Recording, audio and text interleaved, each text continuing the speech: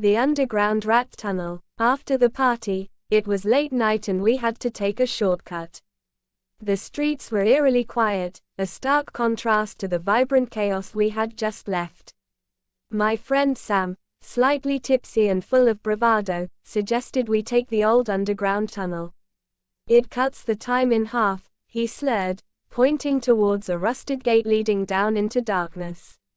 I hesitated, but the thought of getting home quickly was tempting. We pushed open the gate, the metal screeching in protest, and descended the crumbling steps. The air grew colder and thicker with each step, carrying a faint, putrid odor that set my nerves on edge. At the bottom, the tunnel stretched out before us, a yawning black void. Our footsteps echoed unnervingly, and the flickering light from Sam's phone cast long, sinister shadows on the damp, moss-covered walls. "Relax, it's just a tunnel," Sam said, trying to sound nonchalant. But I could hear the slight tremor in his voice. The further we walked, the more oppressive the darkness became.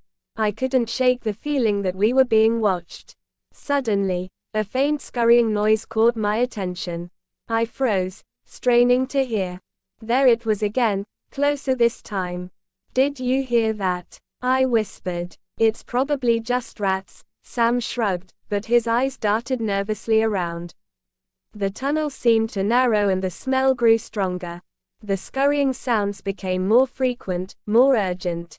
My heart pounded in my chest. I tried to reassure myself it was just our imagination, just the rats. Then we saw them. Eyes. Hundreds of tiny, glinting eyes reflecting the dim light. They were everywhere, lining the walls, the ceiling, even the floor. Rats. Huge, grotesque creatures with matted fur and sharp, yellow teeth. "Let's get out of here," I said, panic rising in my throat. We quickened our pace, but the rats didn't scatter. Instead, they seemed to close in, their beady eyes following our every move. We turned a corner and stumbled upon a massive pile of bones, gnawed clean and glistening in the dim light. The smell was overwhelming, a sickening blend of rot and decay.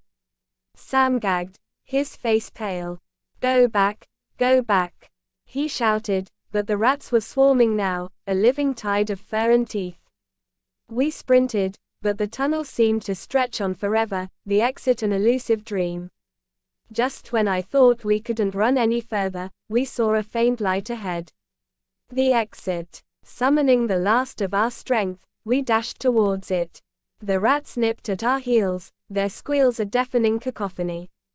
We burst out into the open air, slamming the gate shut behind us. Collapsing on the ground, we gasped for breath, the adrenaline still coursing through our veins. "We're not taking any more shortcuts," Sam panted, his eyes wide with terror. As we staggered home, I couldn't shake the feeling that something had changed. The shadows seemed darker, the night colder, and in the silence, I swore I could still hear the faint, echoing squeals of the rats, lurking just below the surface, waiting.